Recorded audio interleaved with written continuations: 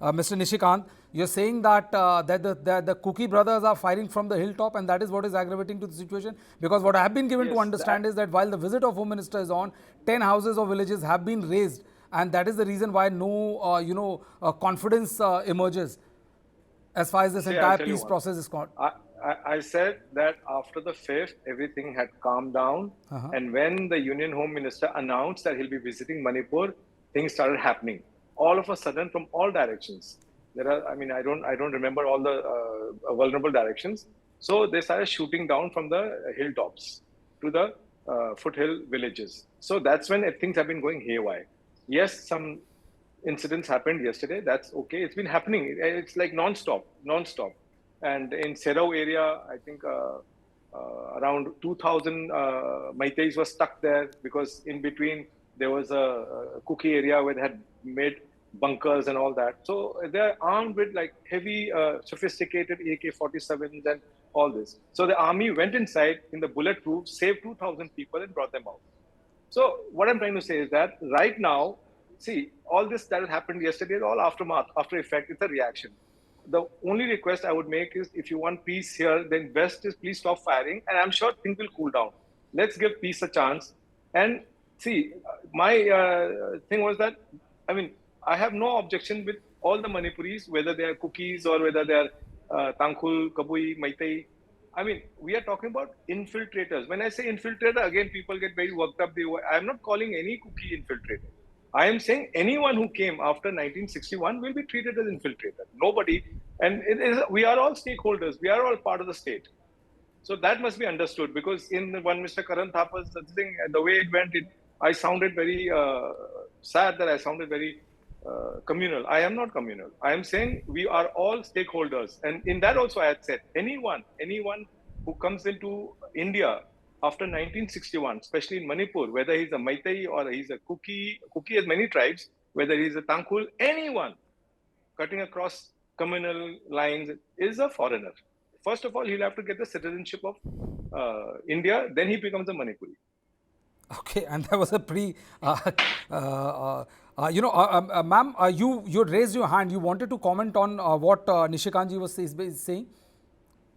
Well, I'm so sorry to say that the Chief Minister said Kuki terrorist. In Manipur, as I understand, because I've been working since in my very young days, I traveled to the hill and the valley, and for me, there's no difference. All the people in Manipur are Manipuris, and there are no terrorists in Manipur. If the Chief Minister termed the Kuki Sioux groups as terrorists, then who funds them? Who is funding them? And who is giving them monthly salary? Are you giving monthly salary to terrorists if you're terming them as terrorists? No, there are no terrorists in Manipur, no terrorists among the Nagas, no terrorists among the Kukis, no terrorists among the Meiteis, no terrorists among the Muslims. So terming the Sioux groups as terrorists, I refute it and I don't agree. And let me tell you, I think this is very much one-sided. This is very much biased attitude. This is the reason why when the Chief Minister of a state calling Kukis as Burmese Kukis, refugees, poppy planters, foreigners, let me tell you, let me prove my point. In 1875,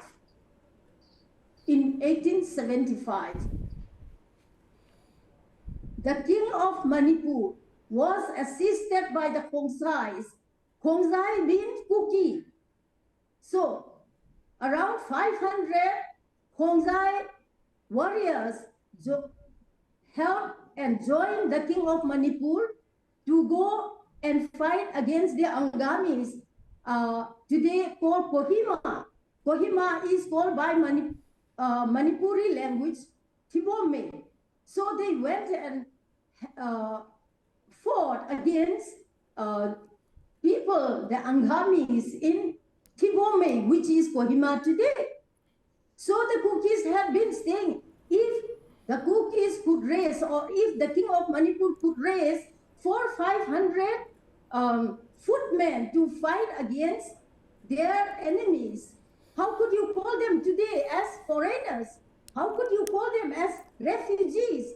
And in 1917 to 1919, the Kukis fought against the Britishers because they rebelled against them, and today they call, even in Manipuri, they call them Hongzai Lan. Hongzai means Kuki, Lan means war. So Hongzai Lan, so Kuki war. The literal meaning would be Kuki war. So why calling them refugees? Why calling them foreigners? And today, in the name of foreigners and illegal immigrants, they are being, their villages have been burned down, and even my village has been turned into ashes. Okay. So, Okay.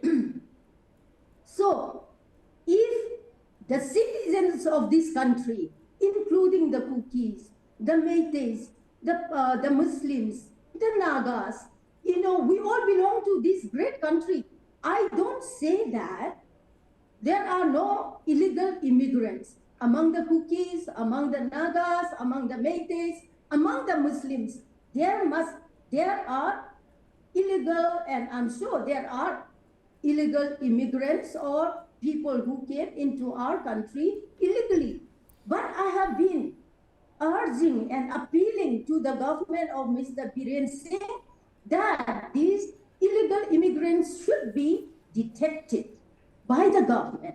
And if the government finds it difficult to detect, then it could also take the help of UNC, that is the Naga apex body, and Kuki INPI, that is the apex of the Kukis, and also there are CSOs in every community. So the government could have taken the assistance of these CSOs who are very concerned about this country and also Manipur.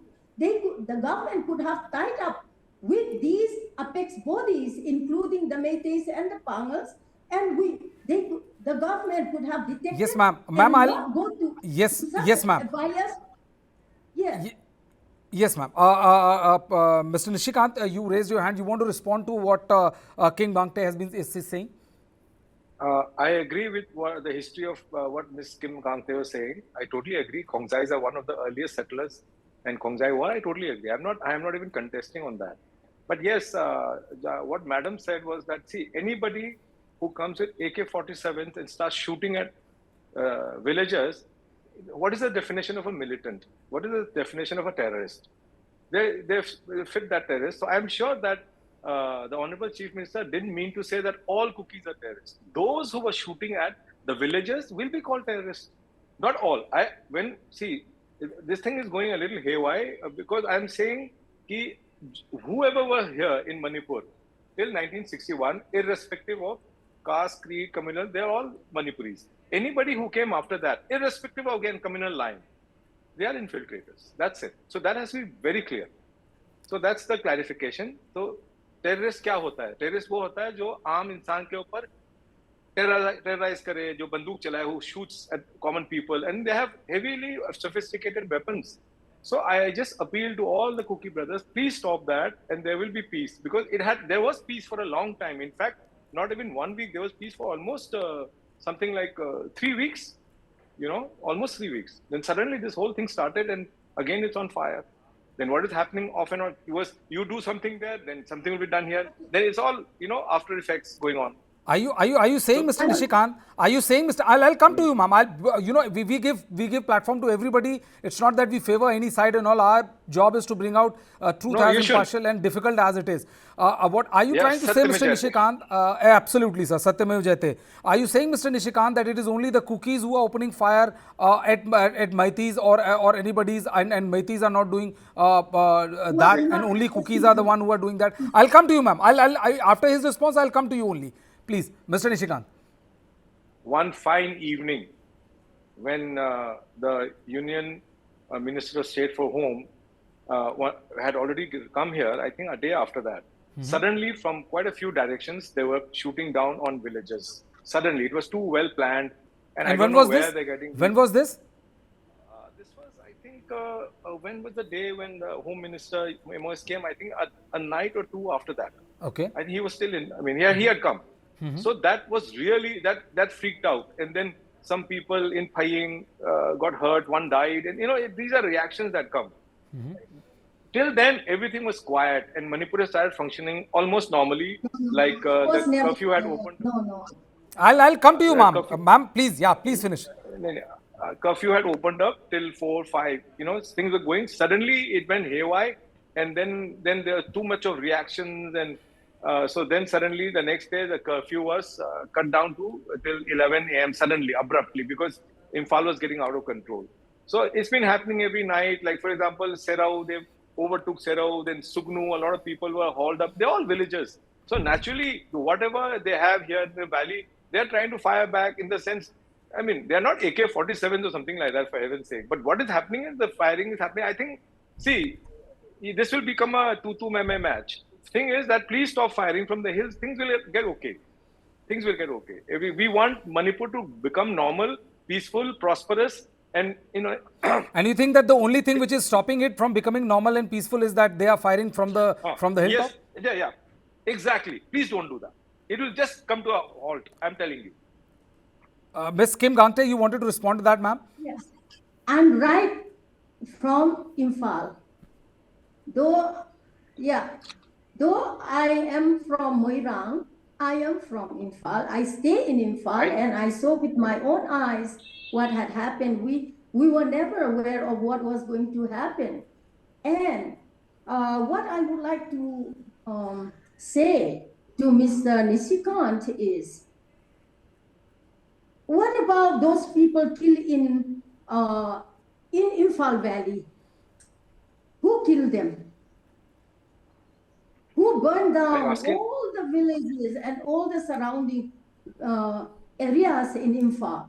There was no fire brigade, no security forces. For the next 2-3 days, Imphal, Greater Imphal was burning, and people were dying, and there was nobody to rely on. We kept calling the police, we kept calling the DGP and all the others, but there was no answer. Nobody came to help. But I want to thank the army, the central forces, and the paramilitary forces, that once they came, at least people were able to breathe little better. So who killed these people in the valley? Hundreds of them. Let us not come to that blame game. What I would want as a responsible citizen, a simple lay person as I am, I would like to, if I'm throwing stone, you have more stones to throw at me. What about these weapons, sophisticated weapons, which were taken from so many stations, police stations and IRB stations in Imphal? In whose hands have they gone to? Even in just one station, that is in Pange Police Training Center, 1,450 weapons were taken from there. And only 400 were back with the government. So where have all these weapons gone to? In whose hands?